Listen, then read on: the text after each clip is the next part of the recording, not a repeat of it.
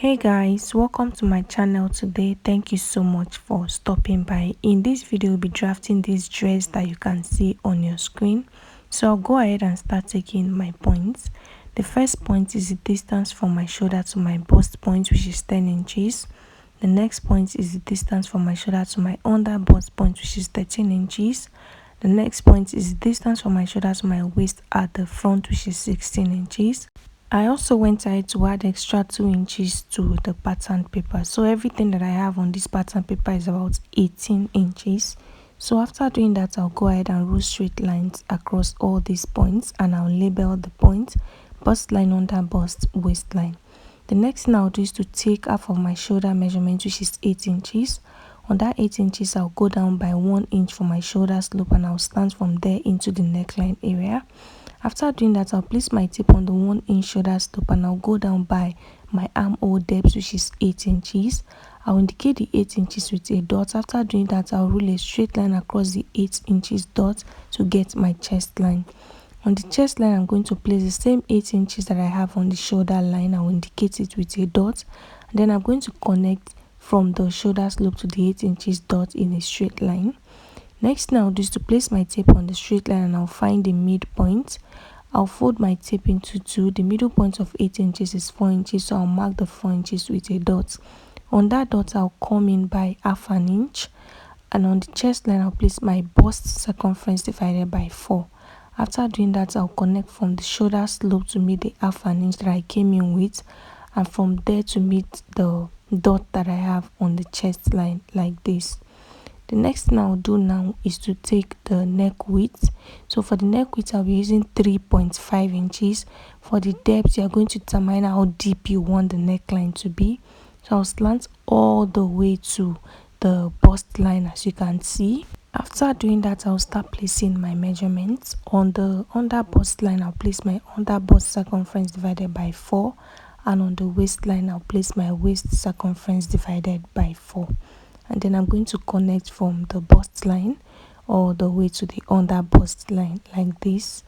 After doing that, I'm going to place my tape, and I'll go in by half of my nipple to nipple measurement, which is 4 inches. I'll indicate the 4 inches with a dot.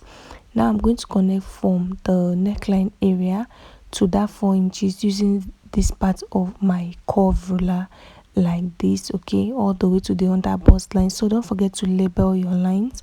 So the connection that I did is to the under bust line, okay. So I'm going to use my marker to mark out this point, okay, so that when I'm cutting, you guys will not get confused. So I'll place my tape back on the bust line, and I'll also go in by half of my nipple to nipple measurement, which is 4 inches. I'll do the same thing on the under bust line, and I'll connect into a straight line like this. So for this tutorial, I'm not using a waist dart, I'm using a bust dart. So I'll go down from the bust line by 1 inch, which is the difference between my shoulder to waist at the front and my shoulder to waist at the back. So I'll start from the 1 inch to meet the nipple to nipple point, like this. So I'll be closing this part. The next thing we'll do is to work on the waist area. So you can do like a basque waistline. And me, I just want to give it a little bit of a round shape like this, and you can add more than 2 inches as your allowance, especially if you are doing a V-shaped waistline, which is the basque waistline. You can do up to 5 inches extension or 4 inches extension. I went ahead to just connect from the waistline all the way in a curved shape like this, and then I added 1.5 inches to the side of the pattern paper as my stitching allowance, okay. After doing that, I used my marker to outline all the parts that will be cutting out, okay. After doing that, now I'll go ahead and cut. So when cutting, I'll be separating the under bust parts from the cup area, and then I'll go ahead and just cut it out like this. So when you're cutting on the side of the cup, you can add extra allowance there, so that when you close up your dart and it's not aligning, you can just align everything. So I'll open the nipple to nipple point, and I'll open the side to make it easy for me to close up my dart. So I slashed through the upper part of the dart, and I used it to cover it up like this. After doing that, now I'll use my masking tape to hold it down like this. So we've covered that. So you can leave this like this and use it to cut on your fabric.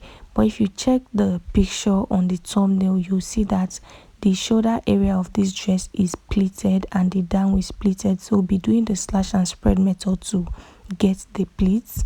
But before we do that, let's go ahead and draft out the back. I'll first of all take my zipper allowance of 1.5 inches and I'll connect the dots into a straight line.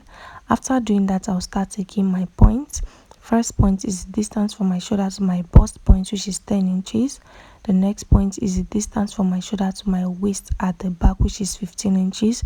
Remember I said earlier that the difference between my front waist point and my back waist point is 1 inch.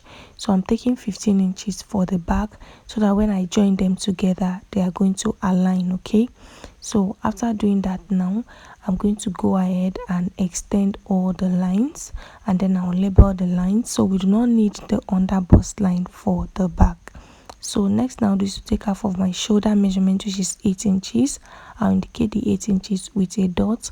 On that dot, I'll go down by 1 inch and I'll slant from that 1 inch into the neckline area like this.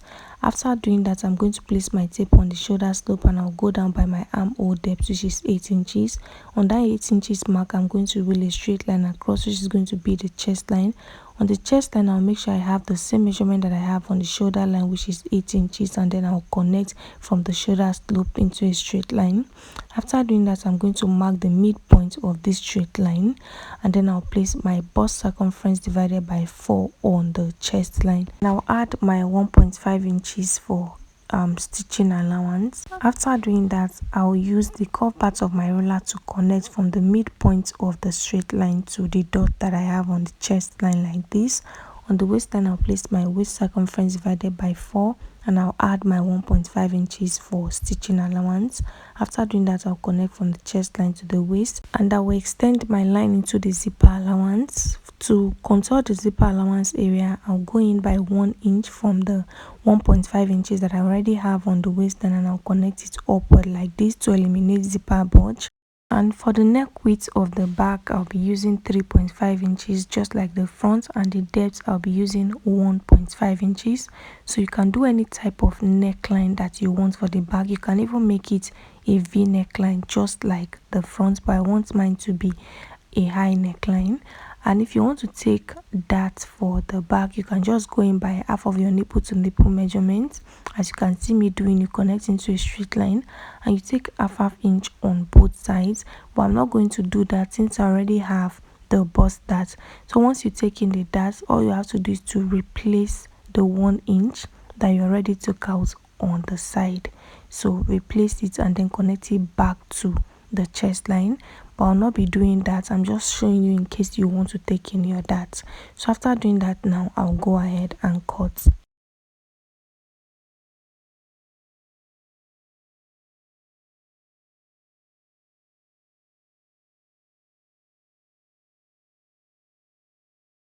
So this is the cup area. The reason why I didn't slash through earlier is because I wanted to use it to cut out my lining first.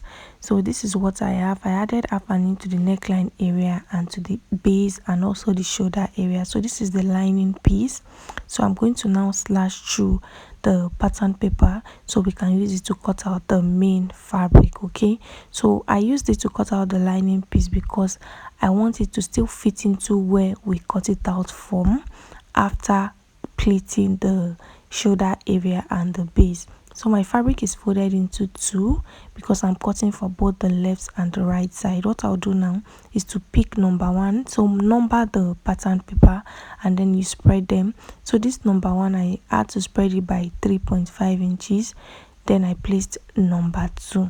So when you are spreading, do not spread too much. I kind of feel like mine was too wide, so that is why the number 4 I placed it really close to number 3 because I felt like it was too wide already and the pleats were going to be too much. So you are going to determine how full you want the gather on the shoulder area and the base to be. That is how far you are going to spread it.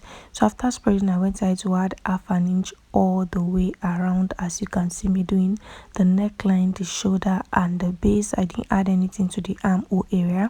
So after doing that, I'll go ahead and cut. So we'll be gathering this to the lining. Okay, so yeah, that is all for this part of this tutorial. I hope it was helpful. Don't forget to like this video. If you have any question, leave it in the comment section. Thank you so much. I'll see you in the next one.